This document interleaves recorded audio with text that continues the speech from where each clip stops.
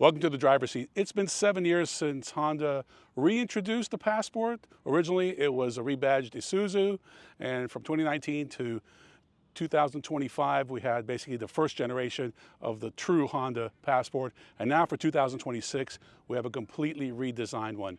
And I think it looks good, but I also think it looks like a big version of a Ford Bronco Sport. No offense to the Honda designers, but I don't think that's what they were aiming for. But when you look at these two vehicles side by side, you see very similar silhouettes, greenhouse, and even the grille.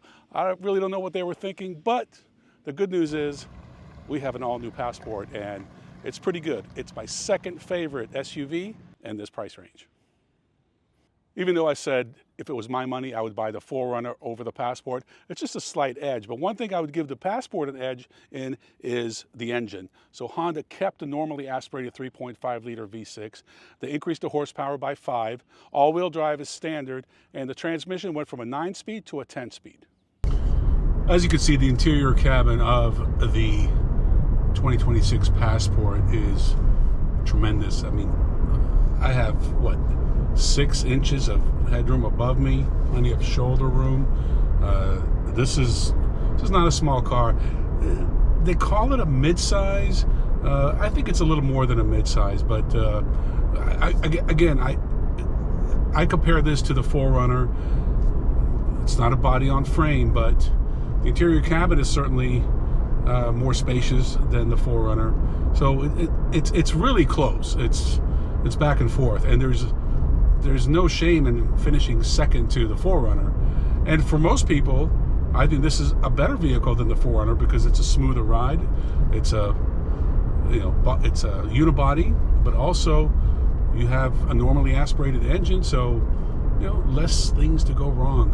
You have to consider all these things if you're going to hold on to the vehicle, and Honda is right up there with Toyota. So, but all that aside, all the changes, the improvements they made for this generation, I call this generation 2 of the true Honda Passport, are brilliant. I recommended the first one to many people, and I'll recommend this to many. When you look at the competitive set, I mean, what are you going to buy? A Ford Edge, a Chevy Blazer, Hyundai Santa Fe? I don't know. To me, none of those vehicles even compare to this. So ultimately the decision is yours, but I've spent a full week with this. I really enjoy it, and I tell you, this engine, something about it, it feels much livelier than the old engine, even though it's a new version of it, but it feels almost like a turbo, but it's not, and that's a good thing. That's one less thing to go wrong. I'm all about simplifying. The only way to make me like this car more is if it was analog, but we know that's not realistic. I like the digital gauges. They did a good job, and I mean, kudos to them. Just they nailed it. But Toyota nailed the 4Runner too, so it's a toss-up. Both around $50,000 for a nicely equipped one, and I say it's up to you, whatever suits your eye. I like all the improvements they've made. The infotainment screen is everything you want, but honestly, we had a hard time connecting to it wirelessly. We had to connect via a USB-C cable. Not sure what to tell you there. Also, lately, I've noticed that Honda's been having problems with their Bluetooth. My daughter was considering buying an HRV, and no one could really hear her making phone calls. The same with this vehicle. So I don't really know what's going on with Honda and their Bluetooth, but there's a problem. Other than that, love all the controls, proper switches and dials, as opposed to some of these vehicles today that have everything embedded into the infotainment screen.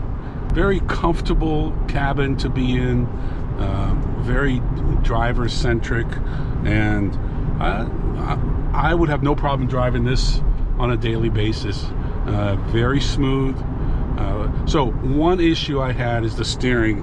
What I found is that when I put it into sport mode, it seems to stiffen up a little bit. The steering felt a little twitchy to me, but that could be just this particular vehicle, and maybe it's something that wouldn't bother you, but something I noticed. I wouldn't call it a complaint, just something I noticed. You have all the drive modes in the world. So we're in sport mode right now, normal, you have eco, snow, trail, sand, and tow. It could tow 5,000 pounds, which is an increase over the outgoing model. I immediately saw Ford Bronco Sport in the design, the profile, the windows, even the grille.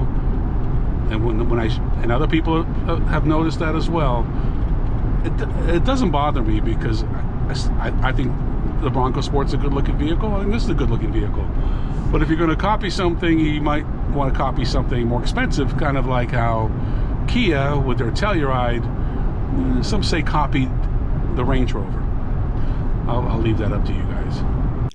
Clearly Honda nailed their color palette. This is ash green metallic, and I've already seen 3 of these on the road just in the last couple of days. It's a great color combination. I also like that they are embossing Passport here in the tailgate, and you got plenty of cargo room. You don't want to look back here, but we have really been utilizing this thing. I got golf clubs, video equipment, you name it. Lots of room. You know, this is essentially a Honda Pilot with the 3rd row removed. It's a little over a foot shorter. And one thing they want to do is make it more aggressive. You have 8.3 inches of ground clearance. You have better angle of approach and departure. It looks more rugged. It's almost there, but it's not a body on frame like the 4Runner, and that's the only reason I would buy that over this. But great job, Honda. I'm Ron Doran. Thanks for watching. See you next time on The Driver's Seat.